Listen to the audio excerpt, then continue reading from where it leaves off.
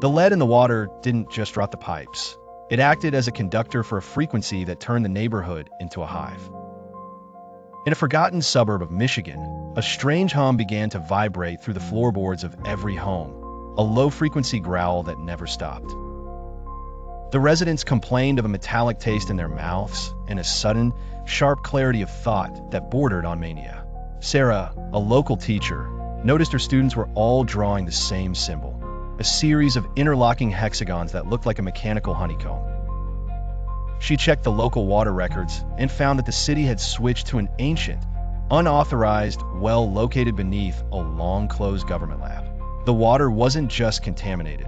It was saturated with a crystalline structure that reacted to the radio towers.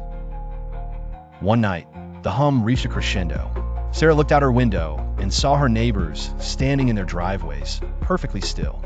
They weren't looking at the sky. They were looking at each other, their eyes reflecting a synchronized, rhythmic green light.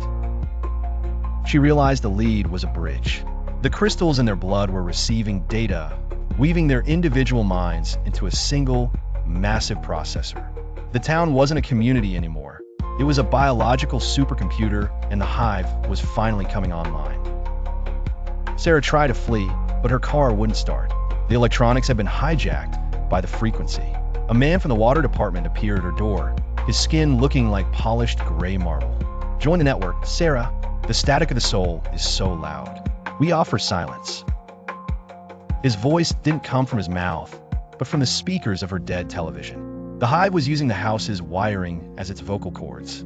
She felt a sharp pull in her spine, a tugging sensation as if her own memories were being harvested to fill a digital void. She grabbed a bottle of vinegar, knowing the acid would disrupt the crystal growth. She drank it, the burning liquid shocking her system back into a messy, human reality. The green light in her eyes flickered and died. For a moment, she was invisible to the network. She ran to the water tower, the heart of the transmission. The structure was pulsing, covered in a web of glowing, organic moss. Below it, the ground was breathing. The well wasn't a hole in the earth. It was a mouth for something ancient that fed on order and logic.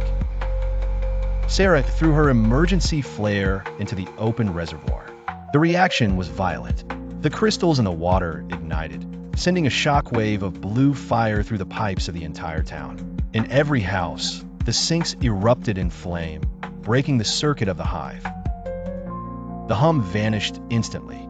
The neighbors collapsed where they stood, their minds returning to them like a sudden, painful blow. But the silence wasn't peaceful, it was hollow. They had tasted the oneness, and now the world felt cold, chaotic, and frighteningly lonely. The government arrived within hours, sealing the town under a public health emergency. They claimed it was a rare form of mass psychosis induced by chemical exposure. They took Sarah away in a lead-lined van, her blood still shimmering with a faint, dying light.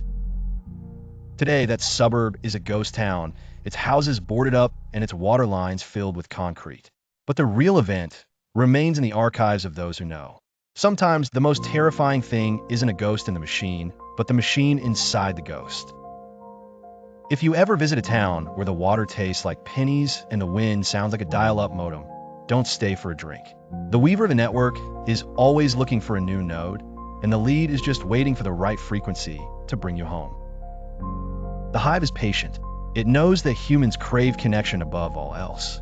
It will wait for the next leak, the next accident, and the next soul who is tired of being alone in the dark.